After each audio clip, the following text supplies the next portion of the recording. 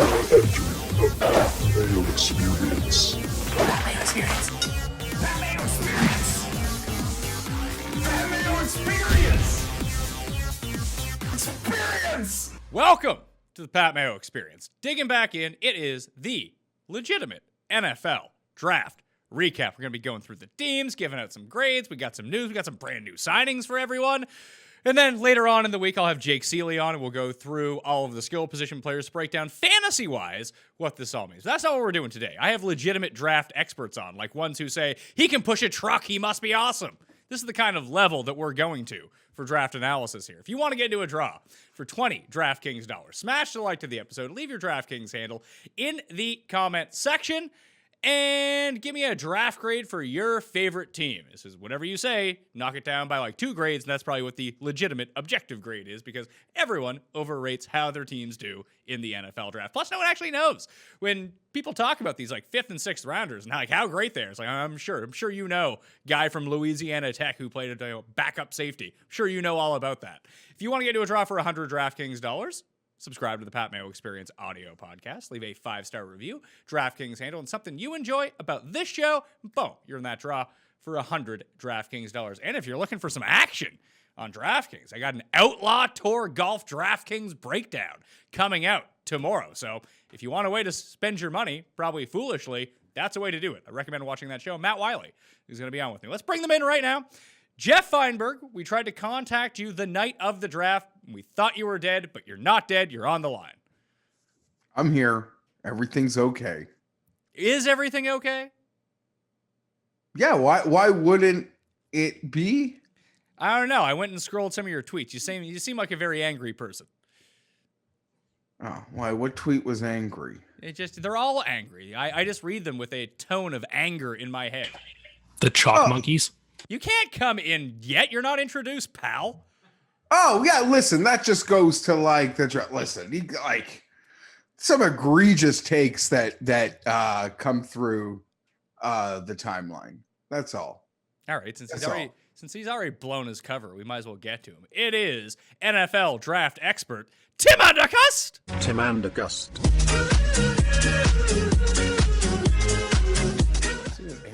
That is not my name, and I'm also not an expert. But you are an expert. You claim that you know about truck pushing, and you played 1 year of offensive line in high school. Draft expert. The guy pushed a truck with the brakes on. That was actually that was actually Photoshopped. The video. No, it wasn't. Tim, the video came out about how they Photoshopped it. No, it's not Photoshopped. So things that you want to believe aren't Photoshopped, yet things that are real you believe are Photoshopped. You're basically Trump. I am not. And I have 1 year of very minor league offensive line experience. I'm not an expert. Tweet. Jeff, what That do was you? probably an angry. Jeff, Jeff, what do you think he's on mute or he's going through something over I there? know, what are you mumbling about? I was just going through my feed. I guess I found the angry tweet. Yeah, When you accuse people are of being stupid. chalk monkeys. Yeah, you were very upset that people didn't like the pick of Justin Herbert. Now that Justin It's one Herbert is thing- your main man. Listen, it's one thing to not like the pick. It was a strange draft altogether for the Chargers. I think that's sort of like very out of character, but I think that kind of happens when you're put in the situation that they might have been. And it's not even a joke. 2 months ago, like you said it, you cut it out on the Super Bowl show. No one was going to fall for all of it harder than us. And we fell. And we drafted traits. It's a scary proposition. Blake Bortles, Mitch Trubisky, EJ Manuel, all those players like it. They go in the first round because of traits. So it's a dangerous word to say he's got all the traits. But I'm sure there's a list of great players who had all the traits that came out well. I don't know. They got to work with it. He'll look good in the uniforms. And we seem to have the same timeline of hair through our whole life. So I don't know. We're cool. Now, would you be happy with you playing quarterback for the Chargers? No, but I've got the Jewish private school like fast twitch muscles. We're not made to do what those guys do. Okay, so like when we were actually live, Tim and I were on air recording when the Chargers traded back up into the first round. I can't recall the Chargers ever trading up before. The Melvin Gordon pick, sadly enough, was a trade up, I believe, and we traded up to get Eric Weddle a long time ago. That one I'll never forget. Into the second round, a big trade up. Yeah, I don't know, that seems to pick that from what I've read is universally like enjoyed. Doesn't seem like the Chargers paid too much. Seemed like they paid a fair price, and it's almost like Telesco told the team, like, I got to draft this quarterback, but I'll get you a player that we need right now. And anyone that watched our shows or consistently, would follow me through the Chargers season, at least last year, last 2 years, I bemoan about middle linebacker a lot. So hopefully we finally solve that. A weird draft, though, for us. And you could already tell, like, we're scheming somewhere totally different, Pat.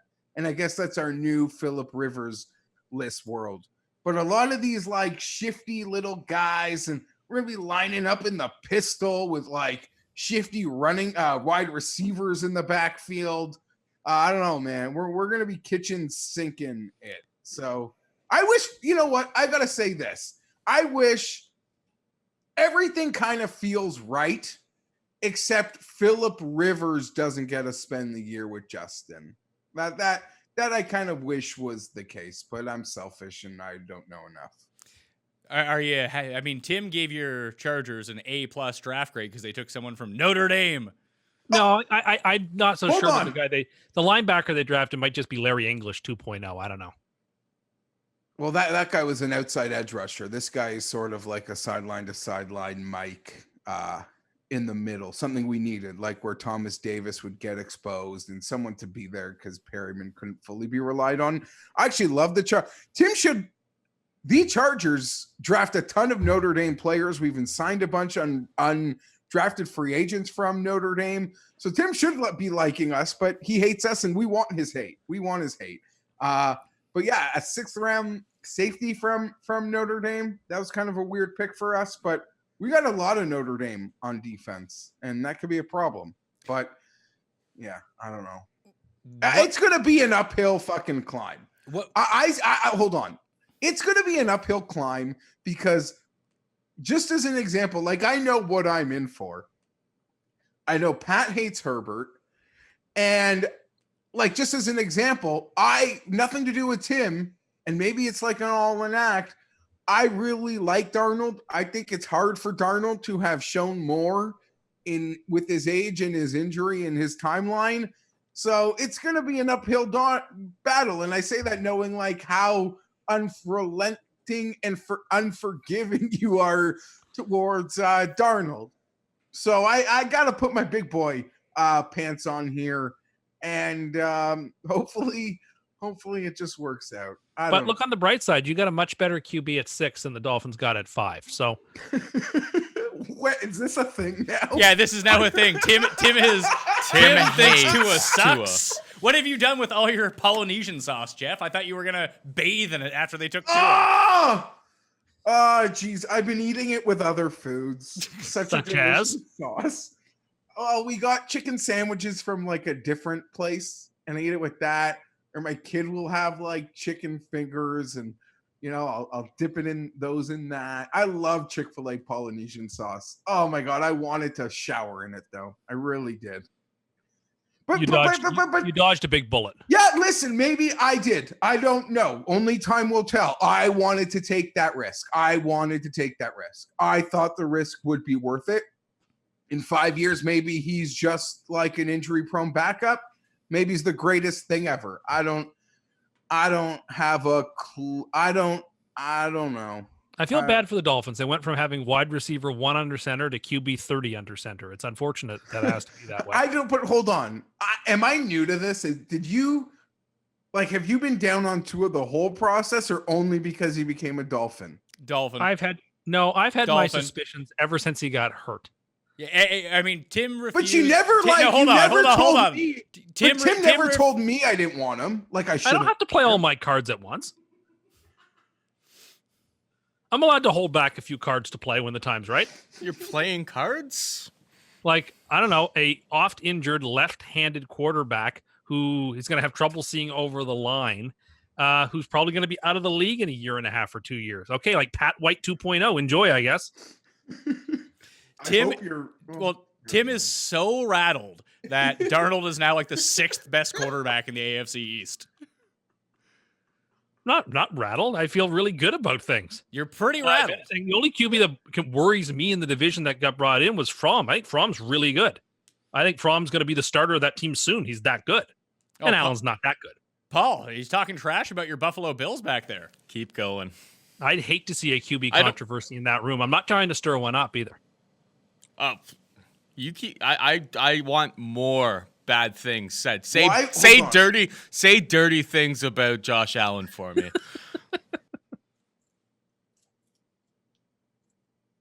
She's not good. Tim's Can't trust him.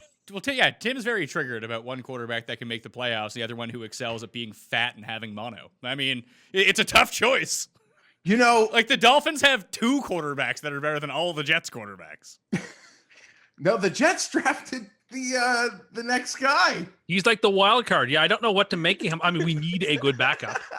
You need a good backup. We need a good backup, and if he's really good, great. Then we'll be able to trade him for some real good capital. Like, I got no problem considering we have Peter Fails and nothing else at back. You need somebody to step in case, heaven forbid, Sam has injuries or is sick again. You need to have someone. So I was totally fine with that. So tell me what you know about James Morgan, Tim. Not a whole lot other than what the guys on NFL Network were saying was that he is a super wild card. He has a ton of tools, but he needs a lot of work. Like, he needs a lot of coaching. As a loser that watched Senior Bowl and stuff like that, like a lot of that stuff in and around them, again, the quarterback aspect of the draft made me a freak. James Morgan would have been a guy I would have loved the Chargers to have drafted like 3 years ago. Like, not even ready, like a guy that was just going to take it all in for an extended period of time. Because I don't know, man, he seems like he's my favorite project QB of the draft. And I guess by project QB, I mean day 2 QB. And that's ahead of Fromm. And that's nothing against Fromm. This guy was taken ahead of Fromm for, I guess, a reason.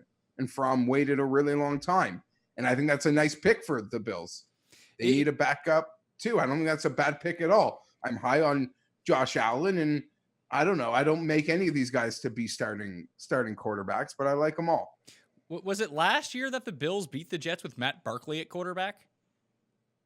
I don't know that. No, I don't think so. I mean, last year we lost in week 1 because Sam was sick at the end of the game. And then in week 17, I believe we beat the Bills in week 17. Last year, the Jets' most horrifying losses were 2 teams that were winless when they beat them. What about the game where they hoisted their kicker off the field?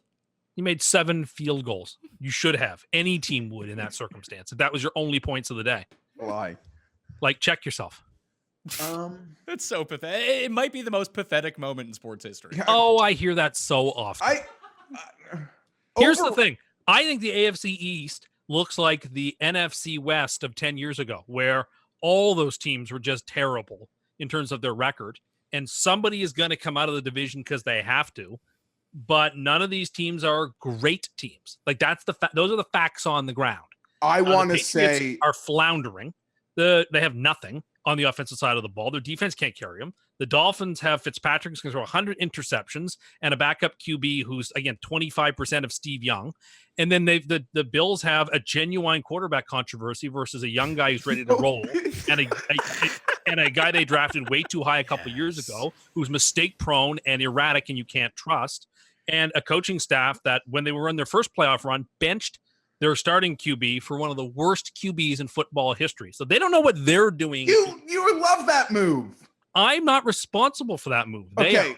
I don't agree with anything you said, but I do believe that from a betting perspective, you're right. There's a very clear thing. The odds are the Patriots plus 120, the Bills plus 137, the Jets 7-1, Dolphins 8-1. The bet is the Dolphins 8-1. No, the bet is the Jets. What are you talking about? The Dolphins are going to be better than the Jets. You know No, that, they right? will not. Yes, they No, will they be. won't. They were better The than the Jets. They were better than the Jets last year, and they were trying to No, they lose weren't. games. Okay. The Jets won Here's the 7 thing. games last Here's year. the What are you thing. talking about? The Jets. The Dolphins were smarter, got themselves a Right. better pick. No. Hear me out. And they blew it. Hear me out. I don't have a stake in either franchise or a fandom here, and I'm not saying Pat does either. So I obviously respect Pat's opinion on this. Second favorite team.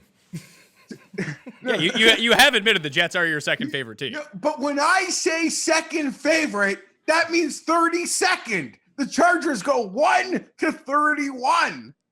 They're my 32nd favorite team. And there's only 2 teams in that ranking.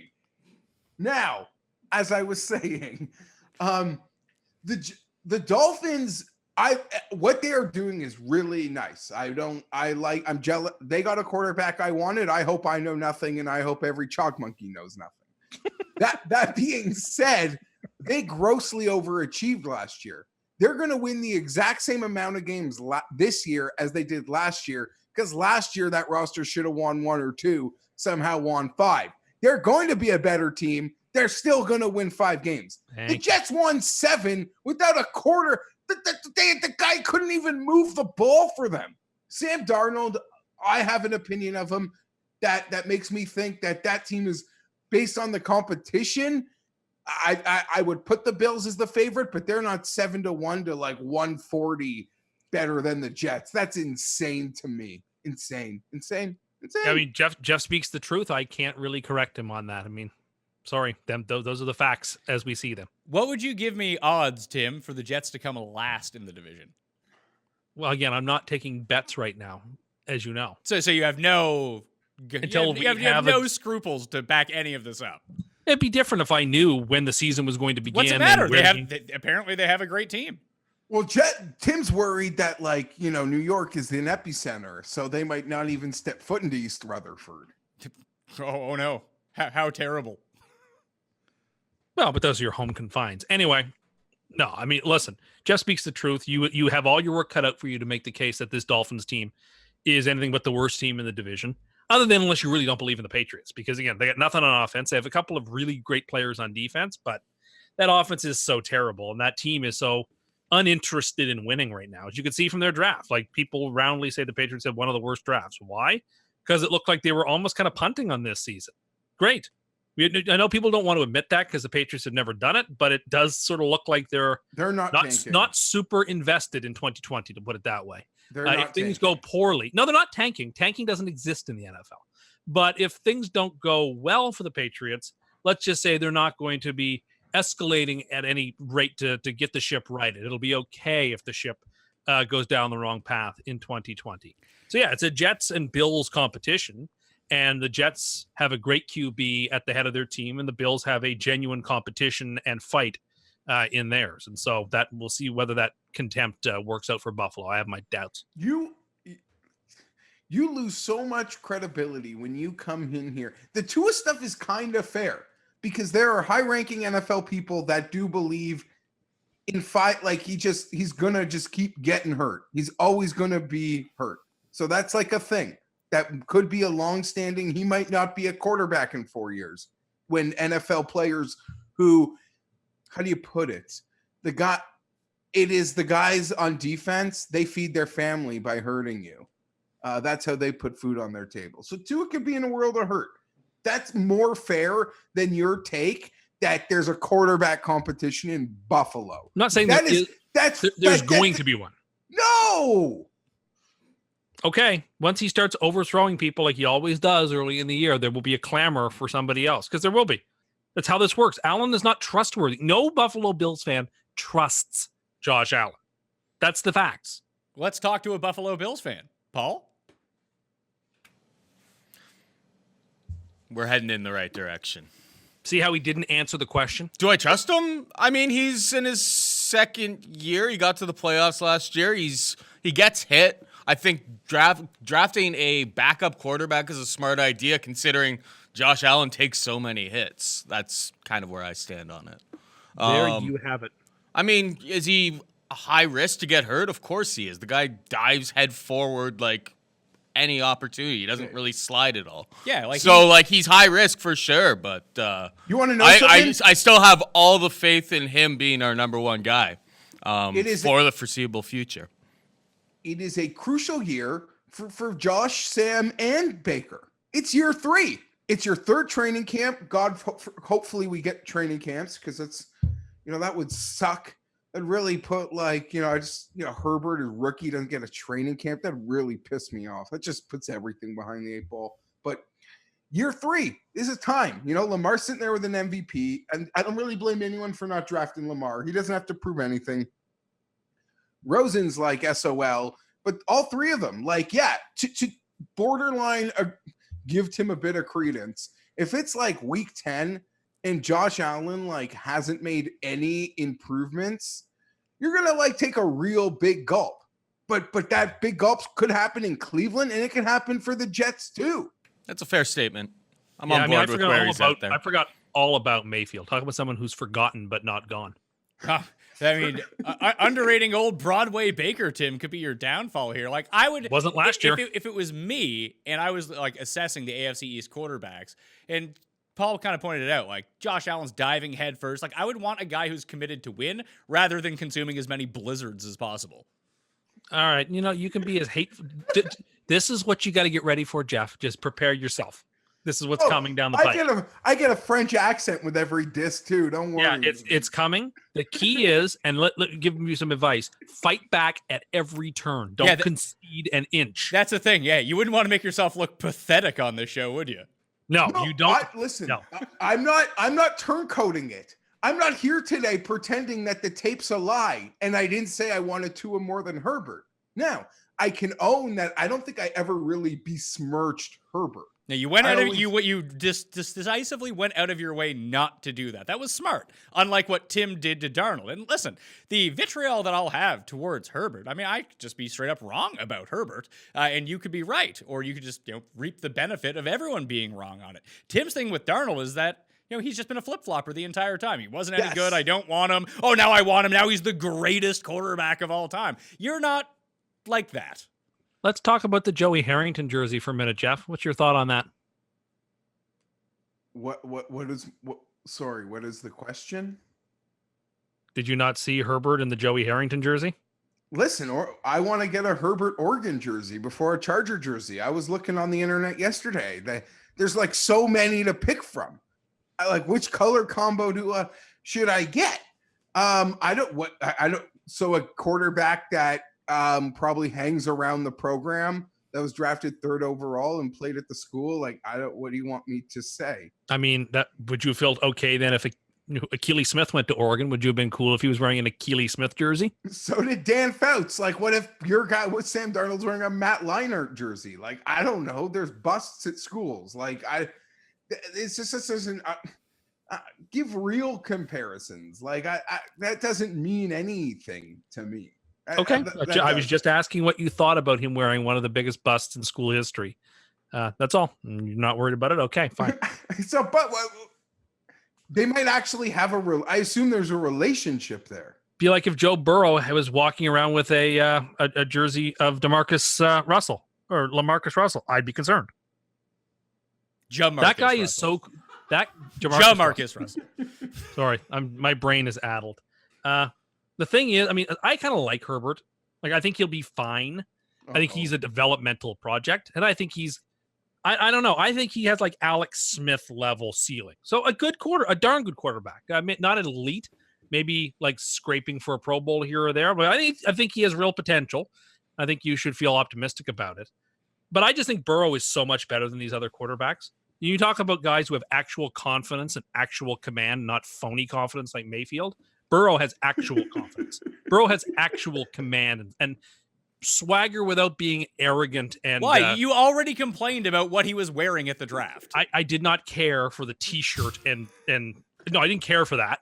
I thought that was poor form. But the guy carries himself with a confidence that if you're a Bengals fan, you should be excited because that offense is going to get in hyperdrive very quick. He's the only, I think, rookie QB who will have an immediate effect on a team and change their fortunes. He's the only one that's going to play. He's going to play. He's going to win. The only one that's going to play. Probably. Yes. Trying to think who would even have an open. Well, I mean, I guess Jake, the Jake Chargers- Fromm clearly is going to play Yeah, a whole Jake bunch. Fromm's Jalen the right? one Hurts starter.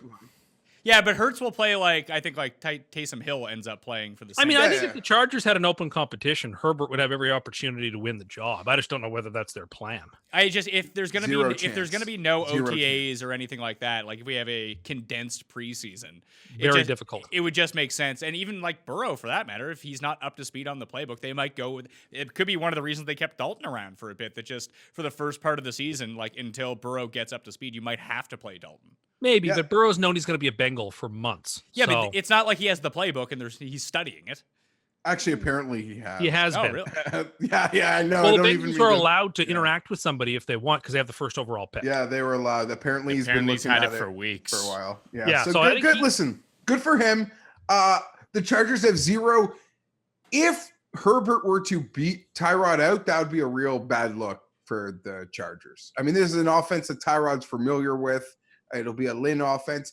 If you even hear the call, like, Pat wouldn't know this, but, our like team internet sites will like post the call of the GMs and the owners or whoever, calling the pick. And it's a very like, no, bro, you're just going to chill. We're going to like mold you. There is no rush. Granted, Tyrod can, he's Tyrod. It can happen. He can like get a concussion because he's had a bunch of them and it's week 4. And I don't know if we'll be running Easton Stick into the game. So Herbert could get out there, but the plan is no way for Tyrod. Even in the way the coach and GM spoke to Herbert, it was like, no, man, your job is to be a sponge right now. Like, But I mean, if all 4 fans are baying for him, it's hard to hold them back. sick, man. You bring the funny. I was just trying to set you up. Don't set me up. That's low hanging fruit. That's low hanging fruit, man. Yeah, but it's only funny when it's directed at the Chargers. No one cares about the other teams. Well, whatever. I'm just here to I don't know. I was gonna make a stupid like cable news joke, but facts sometimes matter. Is Tim a chalk monkey? No, Tim isn't a chalk monkey because the chalk monkeys are like the people that have seen 3 games at 2 has played and like read ESPN headline articles and assume he's like the greatest quarterback ever. Even though he had 5 pros blocking for him and 3 pros catching for him. Now, and the here's greatest coach of our lifetime. but here's the thing. In the NFL, he'll also have 5 pros blocking for him and 3 pros catching passes. Yeah, of course. So I don't get that argument. But other QBs didn't have those opportunities, Jeff's saying. So he looks better in comparison to other QBs. Listen, I said this is on tape, and if someone cares enough about our show and wants to dig it, it wouldn't be that And they hard. do. It's probably 2-3 shows back. I stand by saying this a month ago. If Justin Herbert played for LSU, he'd be as heralded as Joe Burrow. Not a doubt in my mind. Not a doubt in my mind. So let's go. Let's agree. go. I agree. Unless you play at USC, there's no West Coast team that really matters enough to gather national headlines. Yeah. I believe that. And that reminds me of the other quarterback stuff that I'm excited about in football. Well, the whole it's really funny with the whole Joe Burrow thing because, as Tim kind of pointed out, he's at least on paper coming into this draft and how people collectively think about it is so much better than the rest of the QBs that there's really no discussion around him, which is kind of odd. Yeah, I mean, that bespeaks how good we think he's going to be. It's like people are like, what's the point of talking about him? The guy, short of injury or really bad analysis, is going to be a star. I said this through the process too. I get nervous. When my first overall pick was a 6th rounder last year, that scares the daylights out of me.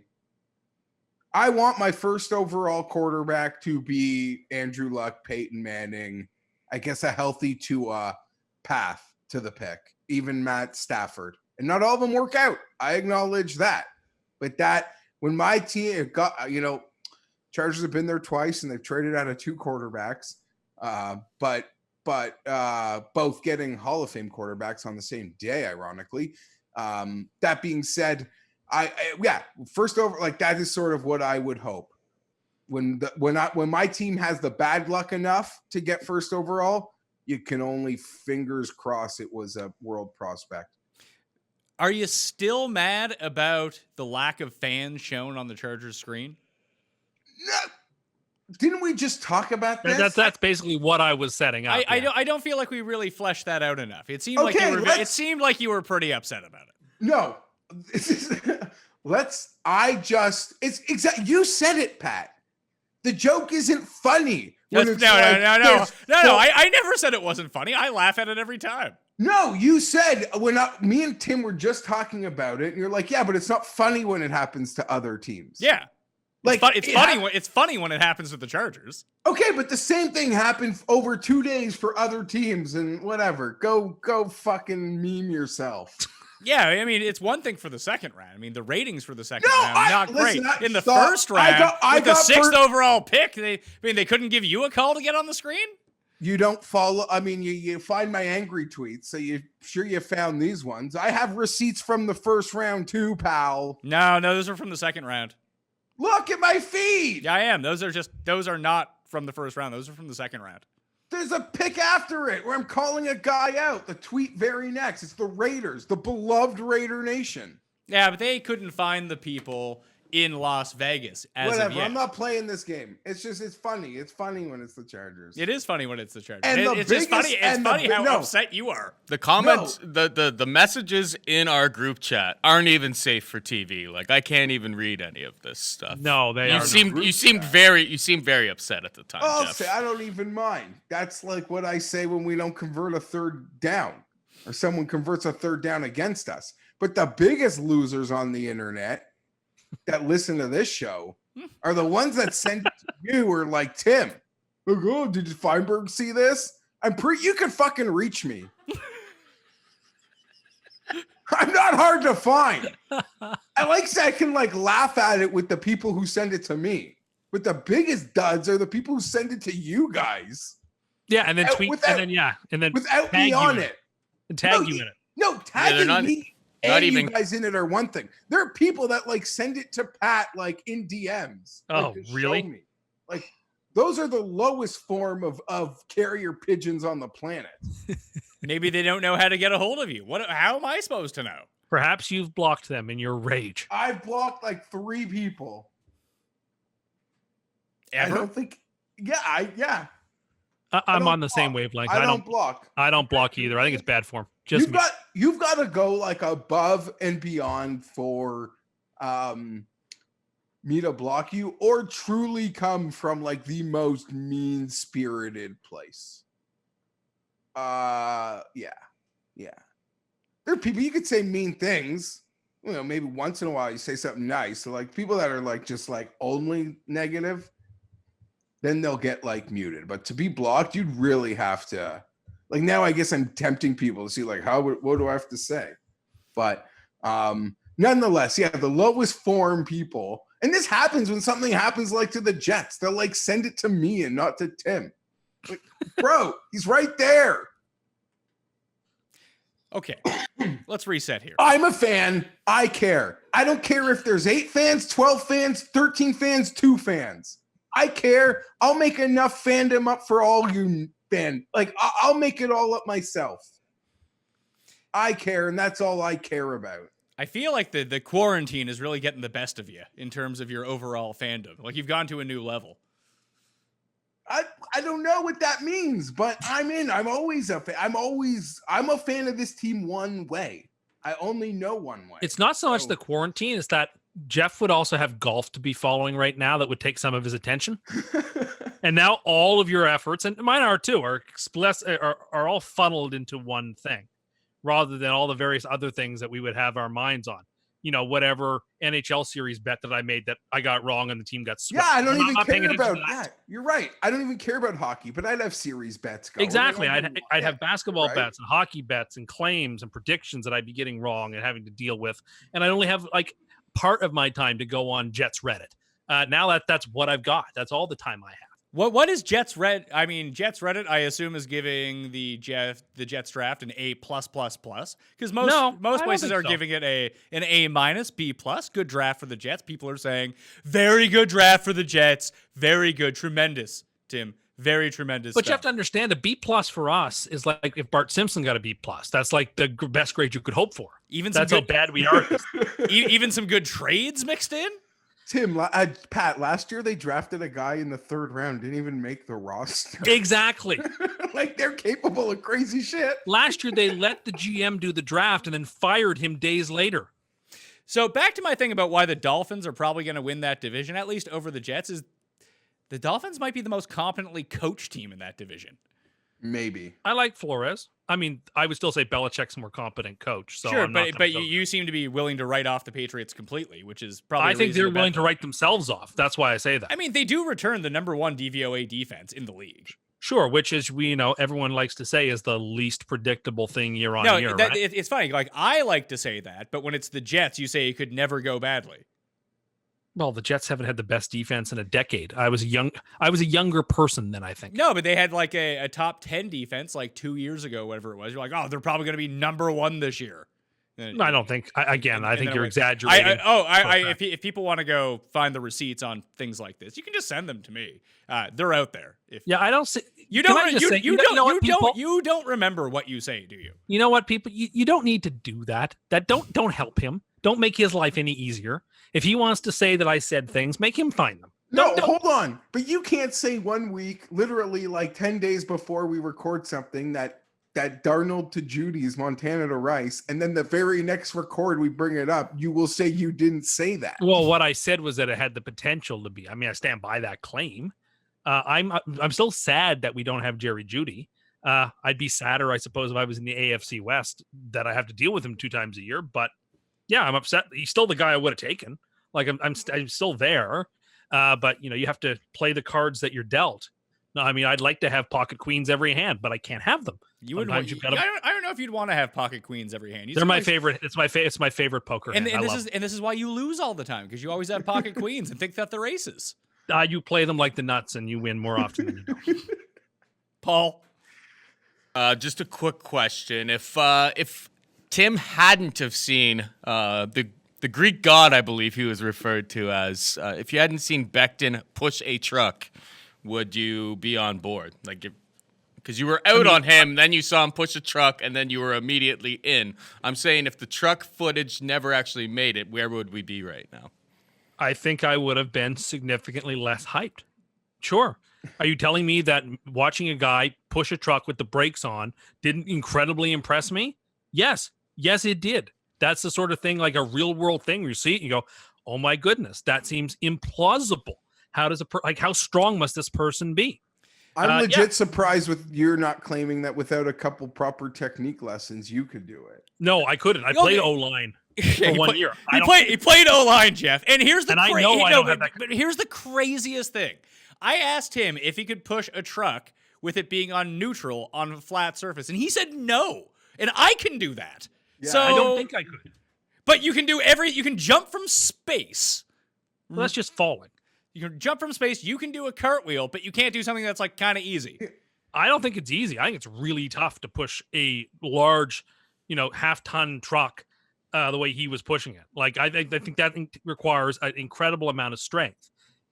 Just like that fellow Wirfs who jumped out of the pool. I think that requires an incredible amount of strength. The jumping out of the pool is more difficult than pushing the truck. I think right? they're on the same level. They're not on the same level. They're not. I think there were other O-linemen that may end up being better than Becton, sure. But I've come around to thinking that I was unfair to him and that he might be really good too. Sorry, I'm allowed to change my mind when I see new facts or new things that I was hoping not to get an offensive lineman, so I wasn't focusing much on the O-line as much as I should have, allowing the wish to become the author of the thought. But, the more I've seen, the more I thought, okay, this guy could be really good. Who knows? The receiver we drafted in the second round is going to be a superstar. I'm all in on this game. You love Mimsy, do you? Mims is going to be. Mimsy? I got DMs from people telling me, people in the know that Mims is actually really, really good. You guys got to steal here. He's the most connected person you got a DM from. Like a fantasy football fan? Like, what are you talking just about? Someone that we know does a radio show. Did they call you TC? These people call me T. A lot of people call me TC in my DM, so I'll let you know. Can we see screenshots of that, please? Absolutely not. I don't reveal my people DM me in confidence so they don't get cyberbullied by you in the crossfire when you see a positive conversation going on with me. So these don't actually happen, is what you're saying. They happen. Anyway, from what I've now watched a lot of film on Mims. I'm all in on this. So you watch 3 YouTube highlight videos? This guy has a radius like you can't believe, faster than the wind. He's going to be awesome, I think. It's a really good pick. Now, listen, he's a second round, so obviously there are questions. He is still kind of raw, but I think he has the potential to be like, you talk about the guys in the past who've come out of the second round, like Michael Thomas. Sometimes when those guys put it all together, they hit big, and Mims has that potential. We'll see if it happens, but he's the type of guy you want to trade back and still get. That's a coup. Sorry. I don't think Tim's wrong. But you see what he did there, and basically said that Mims is Michael Thomas. I didn't say I that. didn't like that either. I didn't say that. I said guys in the second round can do that. And you went to the absolute ceiling example of a second round hit. That would be like me drafting a QB in the third round and telling you I got Russell Wilson. In this draft, a second round receiver and first round receivers, to most of us, there wasn't much drop off.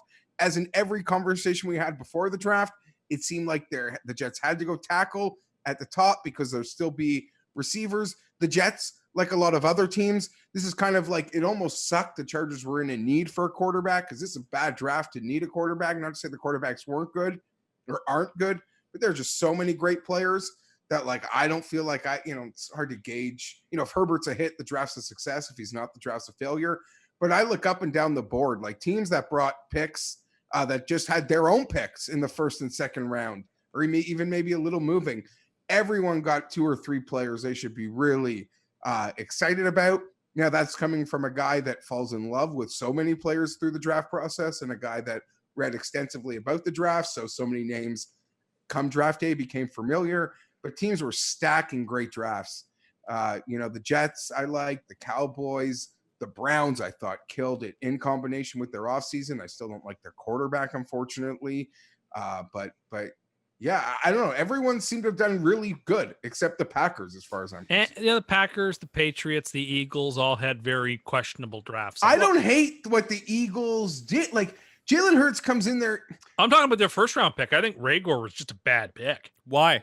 With the TCU demon speed guy? I don't know. I just thought there were better players on the board to be perfectly frank. Like Wims? No, I don't think you had to take Werves there. No, I'm saying if they had taken Mims with that pick, would you still like Mims, or would he be bad then? I think that's a reach in the first round.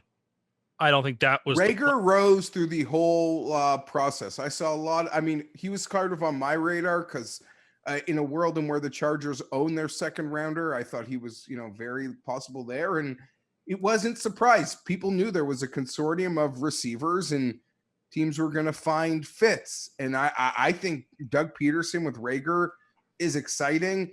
And I'm telling you, Jalen Hurts is going to make a couple big plays. I'm not sold on him being a long-term starter, but I think they're going to do a couple things in big moments with Jalen Hurts potentially that you'll look an Eagle fan in the face and be like, yeah, but you don't hate the pick now, pal. So, well, I don't know. I'm of the opinion that the guy went after him, Jefferson, is probably a better receiver. And I loved Patrick Queen. I think Queen would have been a better pick. Philly could have used either of those guys more than Rager. I think that's too big of a risk. I mean, their number one need was drafting a receiver. Okay, then take Justin Jefferson. But it's not a reach because by the time they're on the clock again, the receiver they like is gone. That's the guy they liked. He wasn't making it to 42. So they picked him at 21, right? That's the number. I know I got my math. I guess it'd be 45 or something. But, Well, let's talk. I mean, if you look at NFL.com, no one had a bad draft. Everyone had a good draft based on their draft grades. They gave the Chargers an A. And listen, I like the Chargers, but that seemed like what's going on There's there. a whole theory of the case, though, that defends that. Namely, we don't know how actual good or bad a draft class was. But your job is to give grades on this stuff. So at least thinking somewhat critically about it, you at least have, whether you're right or you're wrong. I mean, your draft grade ultimately doesn't mean anything. So then why do you just have to glad hand everyone and say everyone did a really good job? Congratulations. You all made picks at your pick? No, Soccer clap I think for the you. conceit of giving it a grade is actually kind of dumb. You should just write up comments. we agree. But if you're gonna give it an A, and Pat's boy Thor made the best point. I give A's. I'm also giving F's. This bullshit where everyone's got like an A through B minus is ridiculous. Sure, I mean, it If wouldn't fly in my classroom. I'll tell you that. No, but you know what I mean? At least like it's all, I agree. Grading drafts is all a crapshoot. You want to grade a redraft from 5 years ago or whatever? Sure. And with this draft was so deep, there's a reason there's tons of NFL fans excited about. Yeah, but the only couple reason players. that these draft grades exist and these articles exist because people like you two are like lining up to read it the moment they're published. Just us. Just Jeff and I were a group of two here. But it's It's an industry fuck. I get that, but if you weren't like real pressed to read them right away to see what everyone had to say, like then you can't be mad that they're grading the drafts. It's a dopamine hit. I get to see them give I'm the not Jets an mad A they're- minus, and I feel good about it. I'm not mad they're grading the draft. I've read like 20 articles on draft grades. I like reading it. I'm taking in the content. I'm not mad at that. I realize it's like a false prophecy and like silly, but I'm in the like 1% of football fans that like, you know, I'm not just watching on Sunday and, you know, nothing to even do with fantasy. I'm not just watching on Sunday. It's sort of like care. it's like a horoscope to me. I know they're nonsense, but I still read them every day. Oh, Like, I had friends who- hold on. Wait till the astrology stands come after you, Cust. That's Like- fine. I had a buddy like yesterday. I bit hard. You think I bite on Twitter? You should see. I could be mean in my group chat too. I was like, what time? Like just making fun of me that I even like want to watch like the 4th and 5th rounds. Like, pal, it's quarantine, man. I'd be watching this if it was like 20 degrees and sunny out. That's me. And this is a guy like he likes his teams, but he just watches the games. He doesn't read an article. And I'm not saying it's wrong. You know, he could love a baseball team. He couldn't name you like one of their prospects. I love my football team. That football roster, it's got 53 freaking guys on it. I know who they are. It's weird. I'm a weirdo. Yeah, when we have 7 injuries, 12 injuries in the season, and we're like playing off it, I'm not as familiar. But come a draft day, I'm going to be very familiar. That's just who I am. So you're positioning yourself as a better fan than him. No, I didn't say it was better at A all. more intense fan. I'm just saying I only know how to be a fan like one way. I'm And the same that's- way. And that's like all in, like with the Blue Jays. Like I like the Chargers and the Blue Jays. I could name you like 14 Blue Jay prospects right now. I don't know how to like the team and not like care about the level and do my own like simming of if I ran it. You know, I like to read what other people are thinking about it. There are people who just turn the game on, and when the game's over, they turn it off, and they don't even know who scored the goals unless it's like one of those 7 players they heard of. And that's good for them. That's fine. I don't know how to do that. That's why I even cut team out of my life. Because if I can't do it how I want to do it, I don't like care.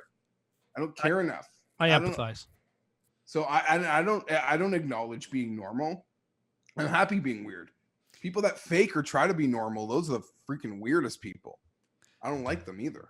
I hate them. Throwing shade at the normal people out there.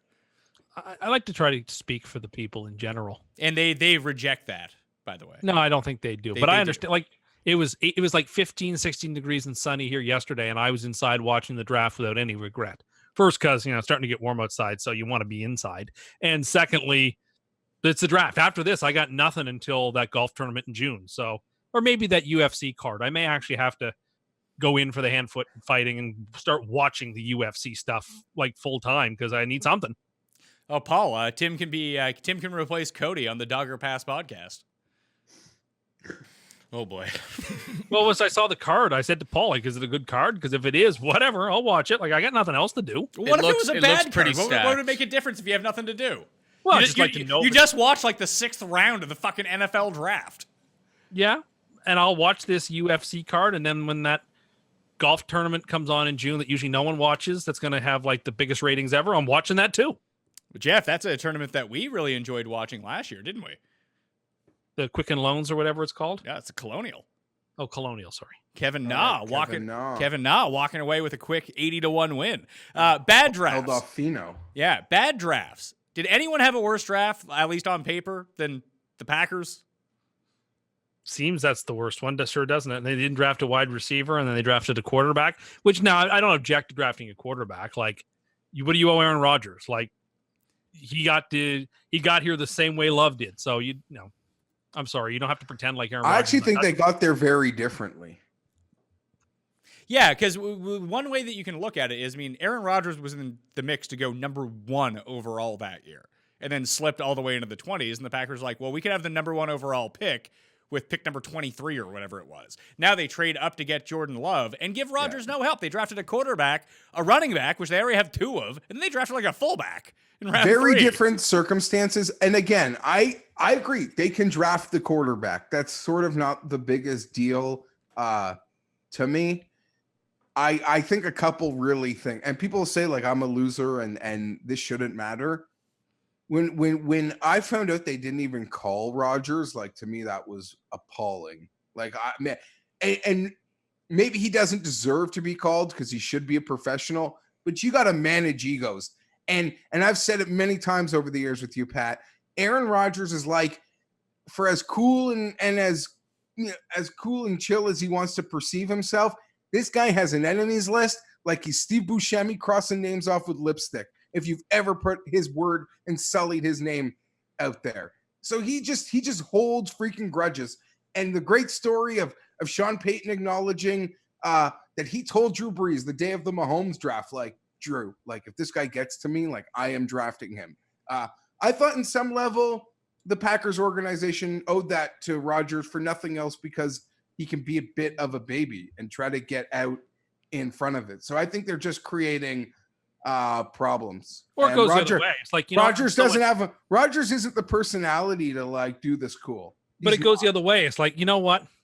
He's going to be annoyed no matter what. And, I'm tired of his nonsense. So I'm just taking the guy I want, and he can either ship up or ship out. Like, this team is not the Green Bay Aaron Rodgers is. It's Green Bay Packers. Well, so, like, too bad. Which team's he playing for next? Because there could be a QB need in Detroit and Minnesota and Chicago in 2 years. The Packers were happy to see Brett Favre go to Minnesota. All right. Well, he might. So what? He might. Or maybe when Brady retires, Tampa will be like Brett Favre's right importance to the Packers is significantly higher than Aaron Rodgers' importance ever was to the Packers. And within 2 years, he went to Minnesota. So it's embarrassing, and they should all be ashamed. And we've said for years that they never did enough. They never went above and beyond for him. It's truly disgusting and embarrassing. And when he got hurt 2 years ago, and it was Hundley or whoever was playing, they literally looked the exact same as a Hugh Jackson Browns team. Okay, but he was also marshaling a team in an NFC title game up by 20 points and allowed that game to wriggle off the hook. He was the quarterback of a team that went 15-1 and got bounced in the first round. Like, the idea that Aaron Rodgers is a martyr and that he never had enough opportunities, it cuts both ways. He had opportunities that he himself did not capitalize on. Maybe, but they never went above and beyond for him. They never went above and beyond for him. Not one time.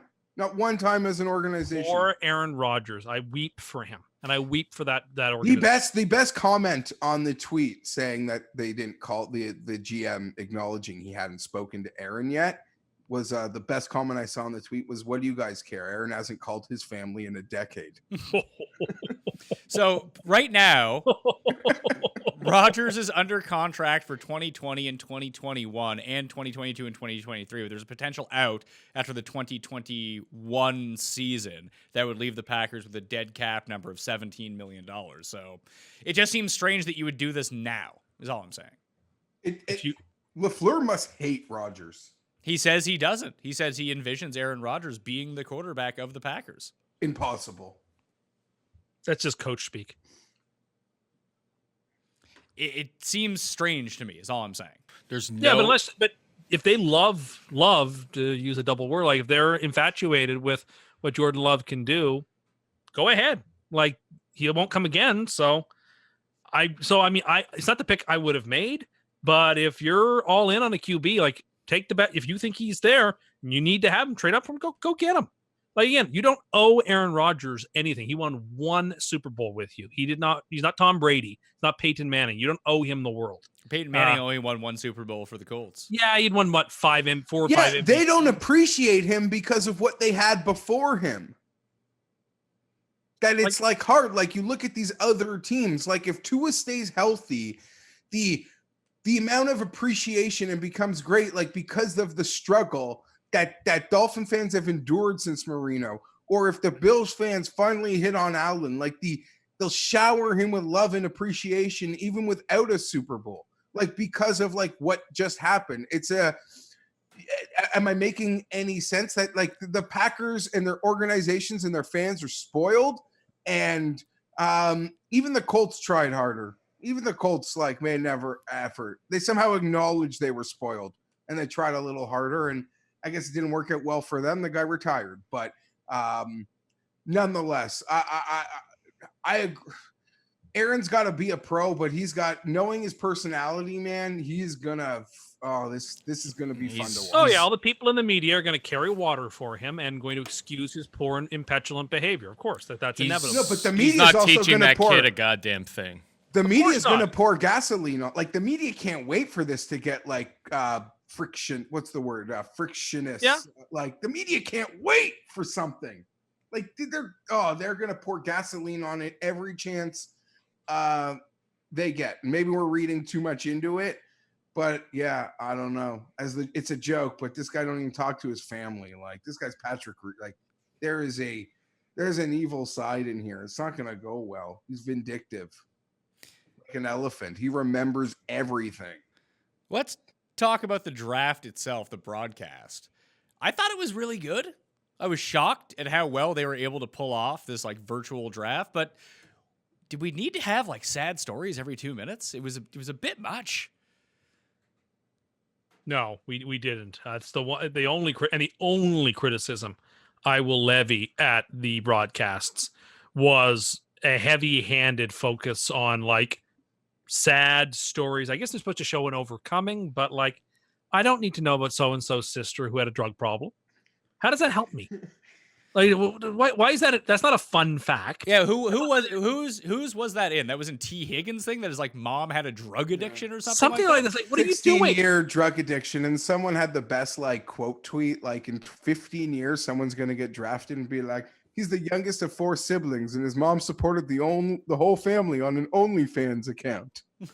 That's gonna be a draft tag in 20 years. I agree. The only complaint was that because it was kudos to the NFL. You feel silly forever of thinking even for a moment that it shouldn't have happened. It was a great 3 days. And a lot of the talk out of it is GMs just sort of being like, I'm pretty sure I would have drafted the exact same players and I wasn't this like monster away from my family for like 6 weeks. And it gives me confidence that if the NFL can pull off this, they can pull off other very complicated matters in the months to come when it comes to getting things ready for perhaps some semblance of playing football. This was like a stress test or a dry run for when you have a million moving parts. Can you conduct this orchestra or is it going to fall off the rails? And many of us, including myself, assumed the NFL would belly flop. And they didn't. They did quite the opposite of that. So I'm encouraged that for an organization that we all love and also all love to mock for being incompetent, at least in this moment, showed actual competence, like sterling level competence. And they deserve credit for that. And now we should be more hopeful than less that they'll be able to figure things out if they want to. And it's impossible to think it could happen, but Goodell like was self-deprecating multiple times through the week, and I thought he was great. And even I remember getting like so angry a couple weeks ago. Like I was so angry at reports of like GMs thinking like it couldn't happen or like weirded. Like I don't know, like that they couldn't pull it off was so bothersome because I also felt like they're overrating the whole. As someone who loves the draft and understands how it builds the team, and these are billion-dollar entities, I still felt that that was all like bullshit. That like, how could you not pull it off?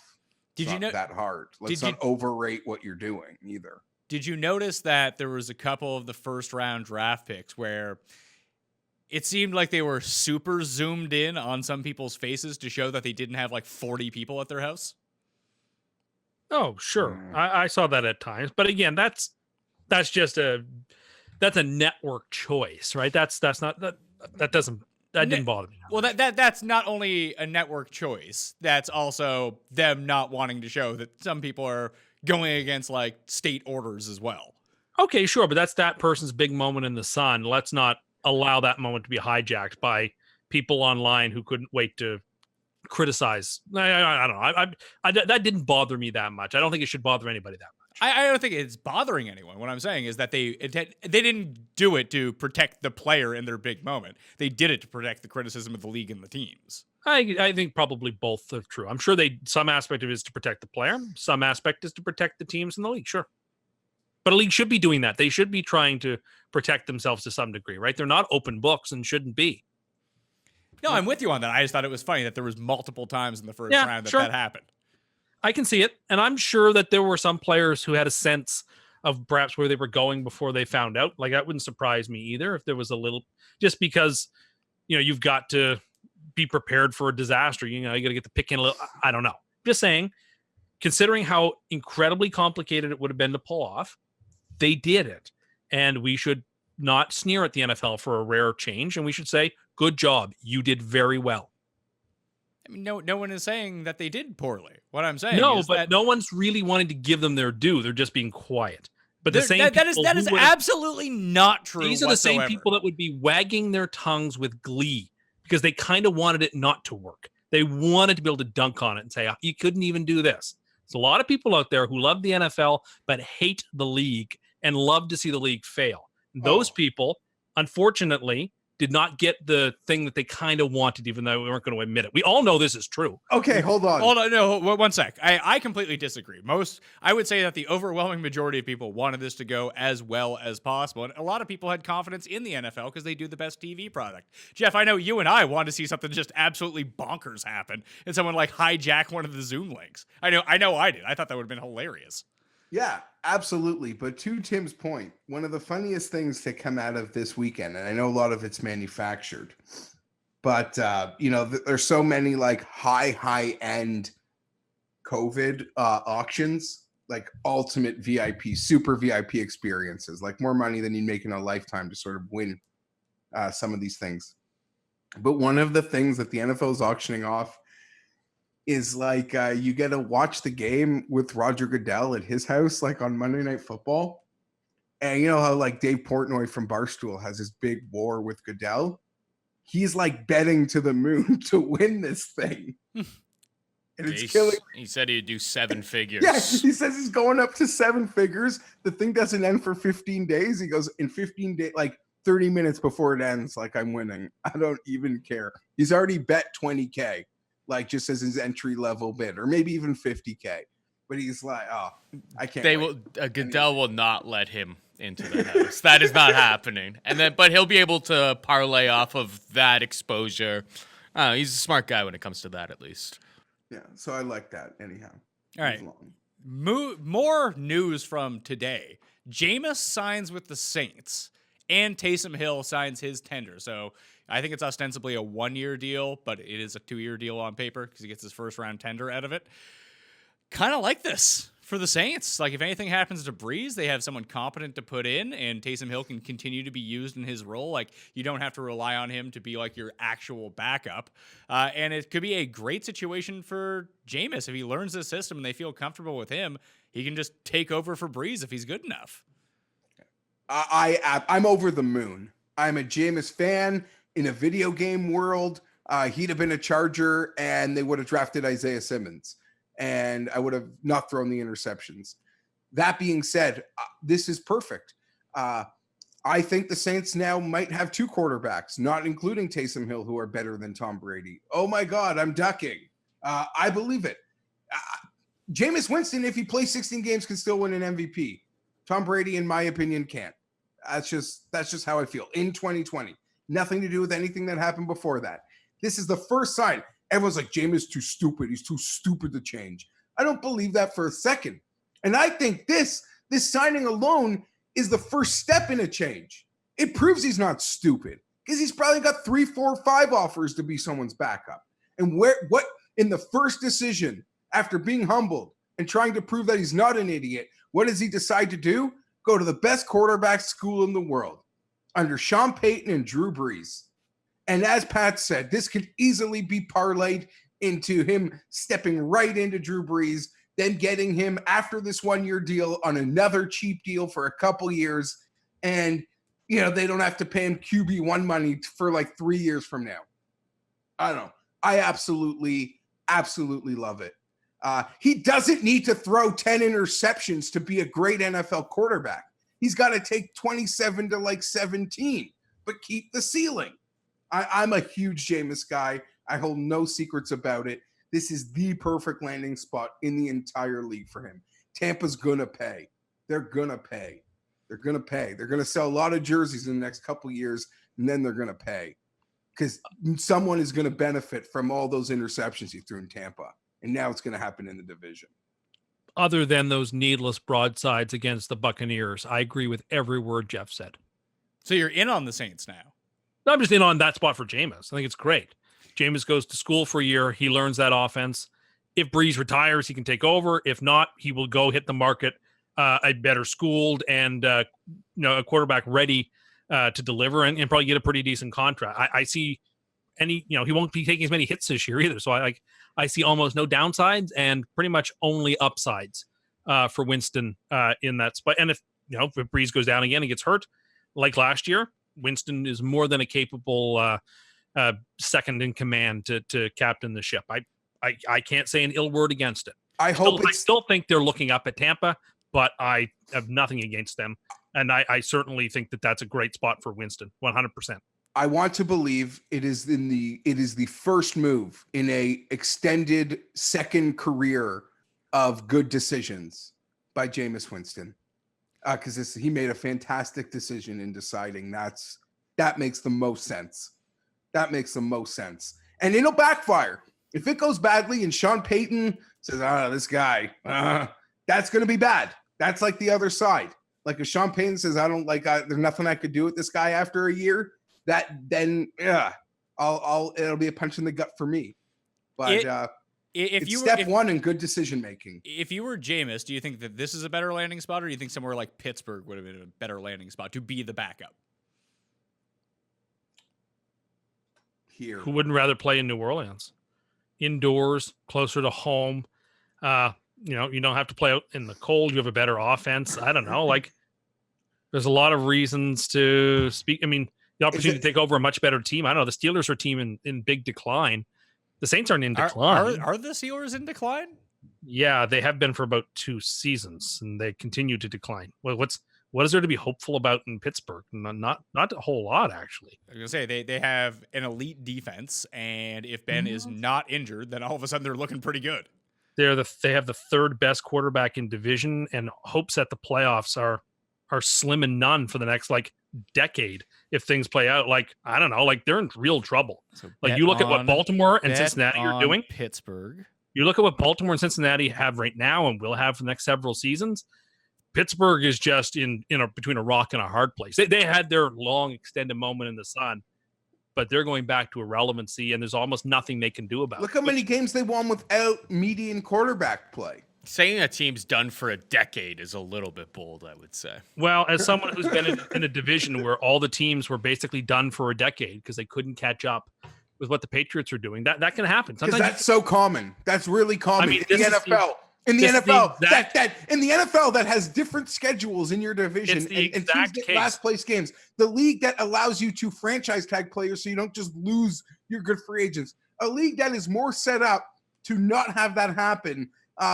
It's just ridiculous when you go there with an example because that is such the exact case that you guys made for the Rams. The exact case. But of course it's ridiculous now because I'm making it.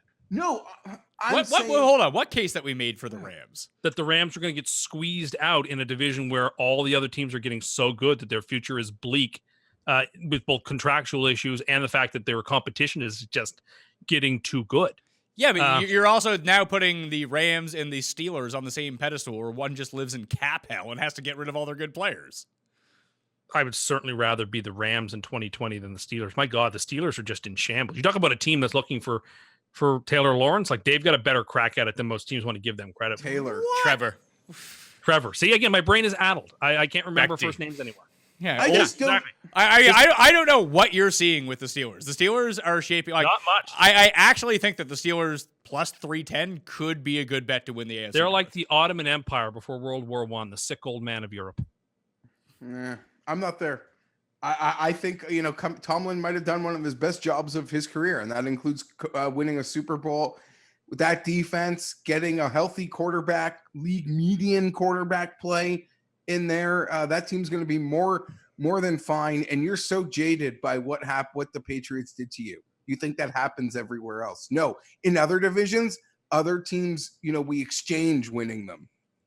Other teams. When was the last time the Chargers won the division? It's Jeff? been a long time, but other teams do. And it wasn't just one team. And we had a bunch of them, and we had a decade where in the 2010s where we won a bunch. But yeah, our last few trips have been goddamn wild cards. And thank God they're adding more of those, right? I'm just saying, if you look at, people are in love with Cleveland's roster. The Bengals just drafted potentially an all-time great quarterback, and the Ravens have the reigning MVP and are either the favorite or co-favorite to win the AFC. In what world are the Steelers any better than third next year? But here's the thing.